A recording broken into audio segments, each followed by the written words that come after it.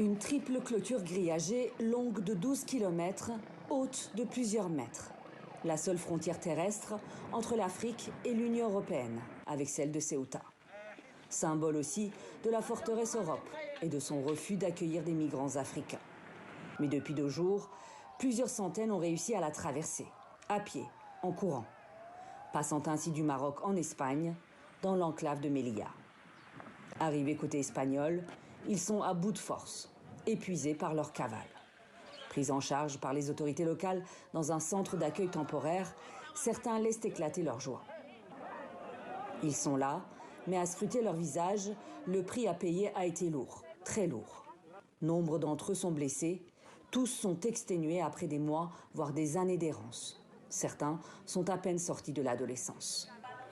Selon le ministère espagnol de l'Intérieur, ils sont plus de 800 à avoir réussi à rentrer à Melilla ces 2 derniers jours, contre près de 1100 sur toute l'année 2021.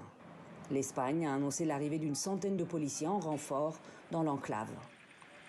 Cet incident survient moins d'1 an après l'entrée massive de plus de 10 000 migrants à Ceuta en mai 2021, dans un contexte de crise diplomatique majeure entre Madrid et Rabat sur la question du Sahara